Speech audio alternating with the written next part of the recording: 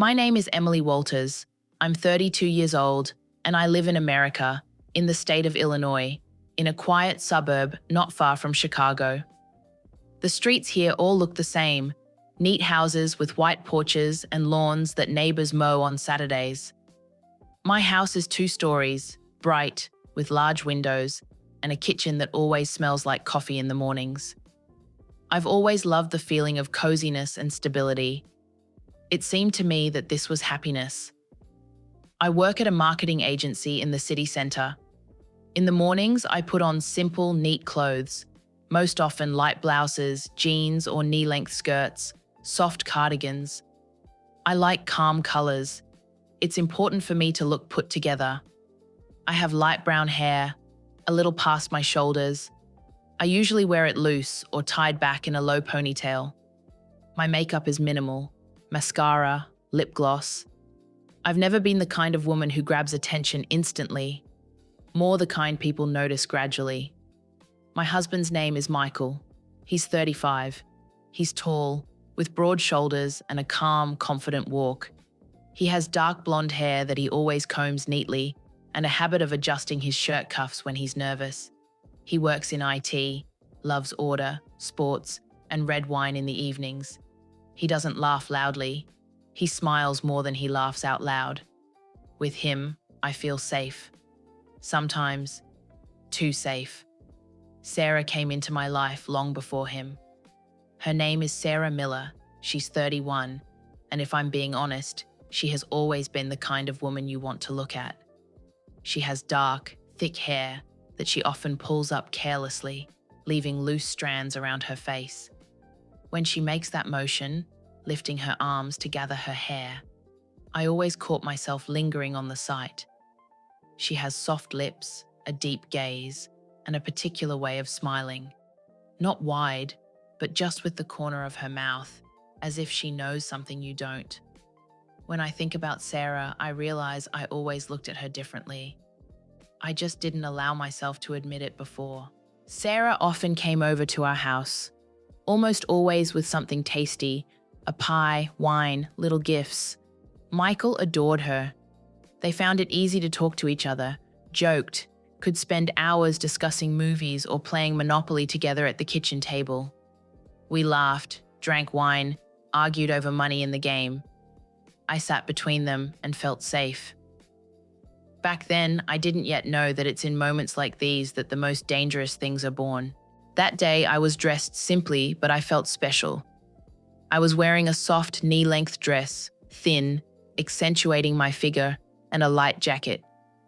I texted Sarah during the day, almost without thinking, asking if I could stop by in the evening. She replied immediately, as if she had been waiting. I stopped by a store, bought 2 bottles of wine, and went to her place. Her apartment was warm, with dim lighting. Sarah opened the door, wearing lounge shorts and a long t-shirt. She looked relaxed, real. We sat on the couch, set the wine out, chatted like always, laughter, stories. At some point, I noticed she was sitting closer than usual. Our knees were almost touching. She was looking at me differently, not like a friend, slowly, attentively. I could feel it on my skin. When she leaned over to pour the wine, her hand brushed mine. Not by accident. I didn't pull away, and that was the beginning. The kiss happened suddenly, and at the same time felt inevitable.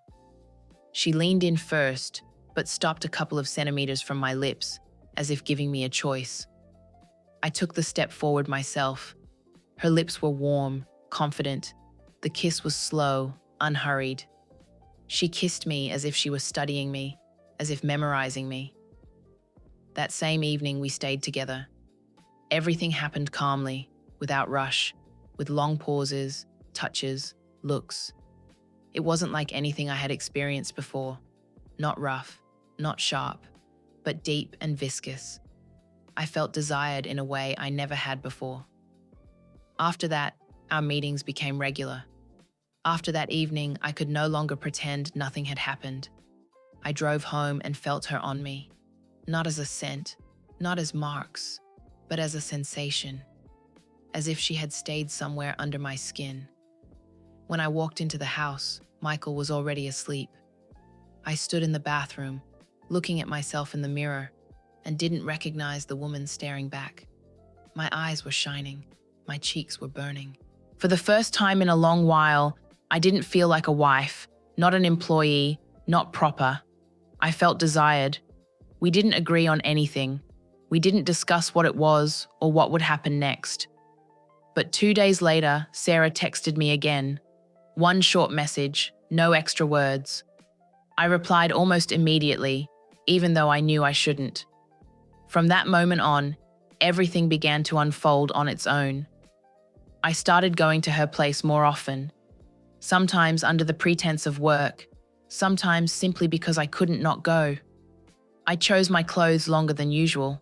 I put on dresses I used to consider too much. Light fabrics, an open neckline, thin straps. I liked the way she looked at me when I walked in. That look said more than any words. Our meetings became physical from the very first minutes. We didn't even always kiss right away. We could just sit next to each other, too close. I felt the warmth of her thigh, her shoulder. She could run her fingers along my arm, as if casually, and leave them there. Sometimes she leaned in and said something quietly, almost in a whisper, and her voice took my breath away. When we kissed, it was never rushed. She knew how to stretch the moment. She could stop, look into my eyes, as if checking how badly I wanted to continue. And every time I wanted more than I allowed myself to admit. She kissed me confidently, slowly, as if she knew my body better than I did myself. I caught myself adjusting to her pace, her breathing. Sometimes we just lay next to each other, skin touching, and that alone was enough to make my head spin. She could run her palm along my back, my waist, linger, as if memorizing me. These touches were calm, but that was where their power lay. They didn't demand, they took. Everything came out stupidly and unexpectedly. The window was open. We were standing too close. The kiss lasted too long. I didn't notice that across the street, in the house opposite, a neighbor was watching us. An elderly woman who often chatted with Michael outside. She saw enough to put the picture together. A few days later, Michael asked me directly. I couldn't lie. He left without a word. The divorce went quickly, without scandals. But inside me, everything was collapsing. I felt emptiness, exhaustion, and a strange sense of relief at the same time. Sarah disappeared almost immediately, as if she had done what she came to do. For half a year, I lived alone, worked, came back to an empty house. I was okay. I got used to the silence. That evening, I decided to cook dinner: turkey, potatoes, gravy. The house filled with smells. I moved calmly, slowly. And when there was a knock at the door, my heart tightened. Sarah was standing on the doorstep. We looked at each other for a long time. Then she came in. Everything came back. Touches, kisses, passion. We were together, truly, without fear. And then I woke up. I was standing by the stove. The turkey was in the oven. No one had opened the door. Sarah never came. Sometime later, I received a letter from Sarah. She wrote that she had moved to another state, that she was doing well. She asked how I was. My hands were shaking as I read the letter. I reread it again and again, and I didn't reply. 2 weeks passed. I finally wrote back, briefly, that I was doing well, working, living. At the end, I added a question, whether she wanted to meet, and that was it. For now, I don't know what to do next.